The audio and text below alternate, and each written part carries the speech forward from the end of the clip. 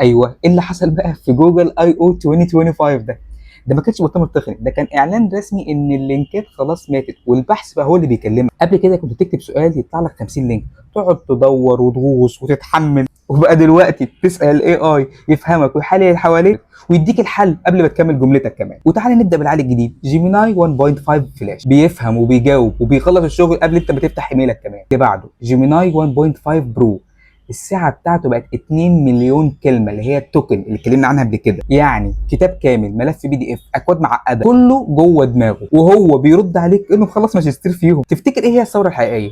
نضاره بتسمع وبتشوف وبتفهمك، انت تقول له ده مفيد، هي تشوف اللي في ايدك وتقارن وتقول لك لا والله ده سكر بنسبه 84%، هيجيب لي حموضه. جوجل رسميا قفلت فكره السيرش القديم، بدل ما تسال اكل ايطالي ويديك 40 موقع، دلوقتي بيسالك، هو بيقول لك عايزه عائلي، عايزه السعر، عايزه قريب، ويقدم لك 3 مطاعم بالحجز وانت لسه بتتكلم معاه. تحب صوره للقط في البلكونه قاعد على النيل وبيشرب قهوه، ايماجين فون يعملها لك. تحب بقى فيديو لطفل بيجري والورق بيطير حواليه، فيو 3 يعمله لك. تحب بقى تطور موقعك، جولز يبرمج لك ويفيدك احسن من مبرمج قاعد مطول شعره ودقنه ومحبط وعامل كده اهو. خد دي كمان، نضاره تترجم وتوجه وتحذر وتساعد وبتشرح، وكل ده من غير ما تمسك الموبايل. عارف ده يعني ايه؟ يعني اللي كان بيحصل في افلام الخيال العلمي زمان واحنا بنتريق عليه بقى بيتا، وممكن تخش تجربه كمان. جوجل مش بتحدث خدماتها، دي بتعيد تعريف ازاي نتعلم ونشتغل ونقرر ونتفاعل. انت ما انتش مستخدم، انت بقيت شريك مع الموديل. انا عايز اعرف منك ايه اكتر حاجه في المؤتمر ده شغلت دماغك، كانت ايه؟ جيميناي، النضارات، البحث الجديد؟ وما تنساش اكتب لي في الكومنت ايه اكتر حاجه انت حابب نغوص فيها،